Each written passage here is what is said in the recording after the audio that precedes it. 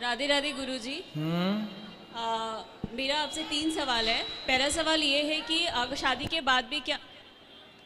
के बाद भी बेटियों का अपने पेरेंट्स का फाइनेंशियली और फिजिकली हेल्प करना गलत है क्या? मदद तो सबकी करनी चाहिए। मतलब जैसे अगर पेरेंट्स को ज़रूरत हो। जी ठीक ठीक, छोड़, खुश रहो, बैठो मेरी माँ, ठीक, बैठ जाओ।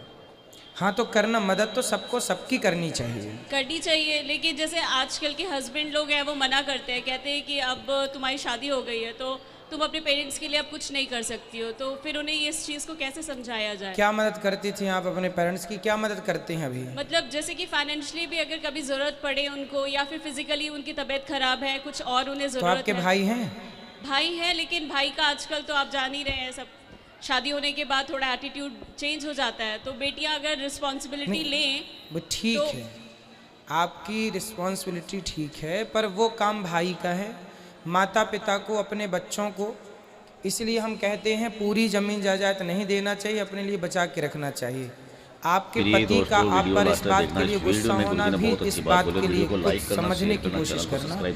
यदि पति की कमाई आप अपने पिता को दे दें, आप अपनी दें, तो समझ में भी आता है। पति की नहीं, अपनी कमाई। हाँ, तो उतनी जितनी ज़रूरत है उनको। अधिक यदि बेटी अपना सारा पैसा अपने माँ बाप को देगी तो कोई भी पति गुस्सा करेगा। भाई जब उनके पास उनका बेटा है कमाने के लिए, इसलिए कहते हैं बेटी तब सपोर्ट करे जब भाई ना हो। भाई ना हो तो आपका सपोर्ट करना जायज़ है। अब आप पिता को सपोर्ट करती हैं, करना भी चाहिए, लेकिन उससे आपके रिश्ते बिगड़ रहे हैं कि नहीं? तो क्या ये सही है? क्या ये समझदारी है? फिर एक पक्ष रह जाएगा, बाप और माँ तो रह जाएगी, पति पक्ष समाप्त हो जाएगा। नहीं सर, मतलब गुरुजी फाइनेंशियली तो चलिए ठीक है, लेकिन जैसे फिजिकली भी है, पेरेंट्स को ज़रूरत है, आज उनकी तबीयत ख़राब है। मैं आपको फॉर एग्जांपल बताती हूँ, कोरोना टाइम में मेरे पापा एक्सपायर हो गए, उनकी तबीयत ठीक नहीं थी और मेरी सिस्टर भी हॉस्पिटलाइज थी, और सिर्फ मैं अपने हस्बैंड के पास थी और मेरी मदर मेरे फादर के पास थी। तो उस टाइम पर मेरे पति ने मुझे जाने नहीं दिया, बोला कि मतलब इतनी इनह्यूमैनिटी दिखाई है कि मुझे जाने ही नहीं दिया गया वहाँ पे। नहीं, वो और तो मैंने गलत अपने है। दोनों लोग खो दिए। शायद मैं अगर गई हो, मुझे वो बार बार रिग्रेट रहता है कि शायद अगर मैं गई होती तो मैं किसी न किसी को बचा लेती, किसी न किसी की कुछ हेल्प तो कर ही देती। कौन थे जो भर्ती थे उस समय, जो गए? मेरे पापा और मेरी सिस्टर। अच्छा, तो आपके पिताजी अब नहीं हैं? नहीं। और आपकी बहन भी नहीं है? उसकी बेटी ये है। अच्छा, तो ऐसे हाल में तो जाना आना चाहिए, ऐसे हाल में मदद करनी चाहिए, आर्थिक मदद भी कर सकते हैं। गुरुजी मैं ये बस ये जानना चाहती हूँ कि इस तरीके से फिर रिलेशन अपने हस्बैंड के साथ भी आप कितना, मतलब आप अंदर से आपको स्ट्रांग नहीं लगता है ना, आप उसके साथ रहना भी आपको अच्छा नहीं लगेगा। तो आपके पति को यदि आप लाते तो हम उनका भी एक पक्ष समझते, फिर निर्णय तक बन पहुँचते। वो क्या चाहते हैं आपसे? अभी तो आपका पक्ष हमने सुना, तो आपका पक्ष सुनने से आप सही लग रही हैं। आपके पति का ये भी पक्ष हो सकता है कि जब से शादी हुई है तब से पति को समय ना देकर केवल माँ बाप को समय दे रही हैं। यदि ये शिकायत पति की है तो फिर आप ही निर्णय लीजिए कि क्या ये सही है।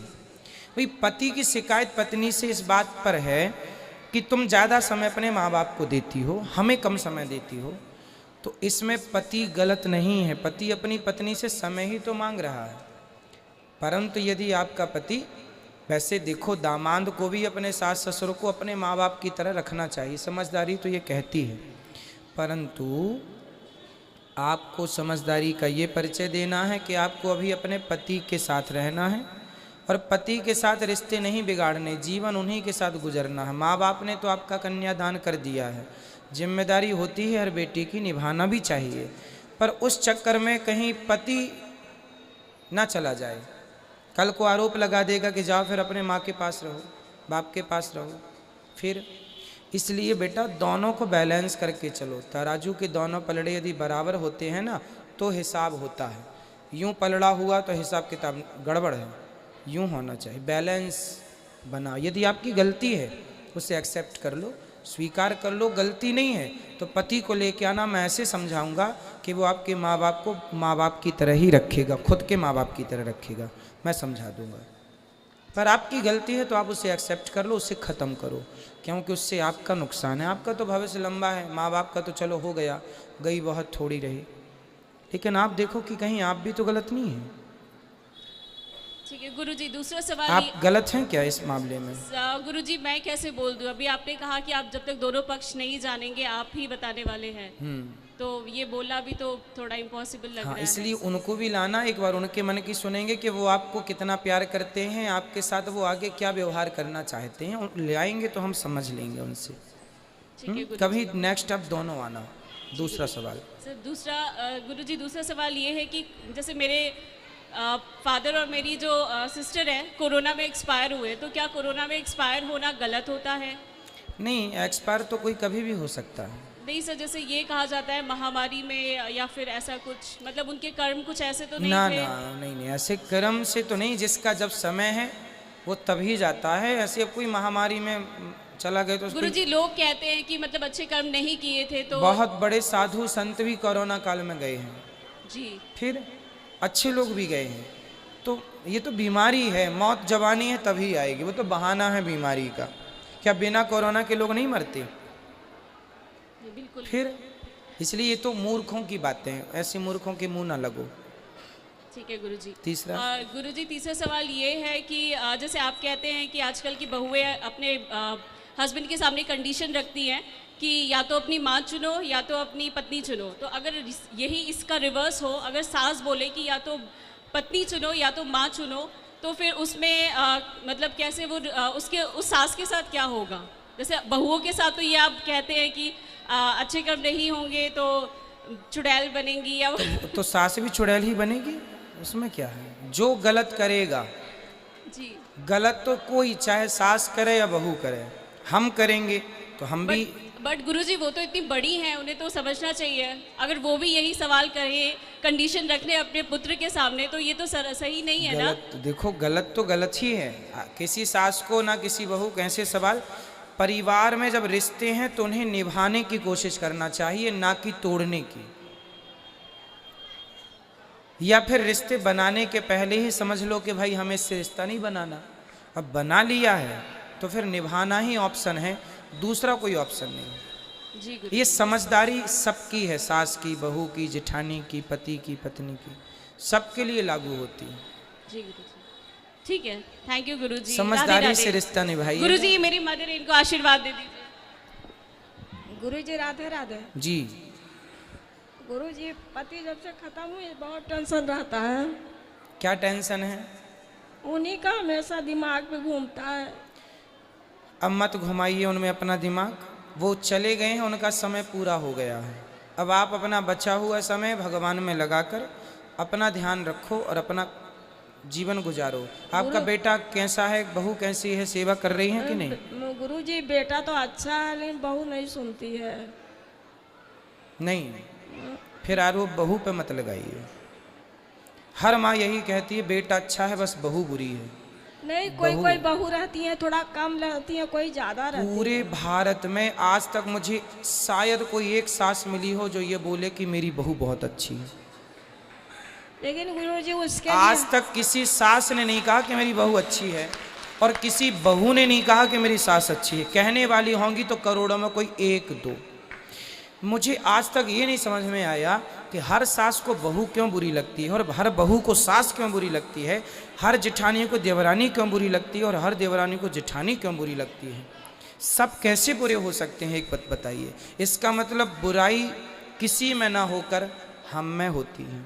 इसलिए खोटा बेटा होता है, खोटी बहू नहीं होती। यदि बेटा लायक है ना तो बहू की दम नहीं है कि कुछ कह ले कुछ कर ले।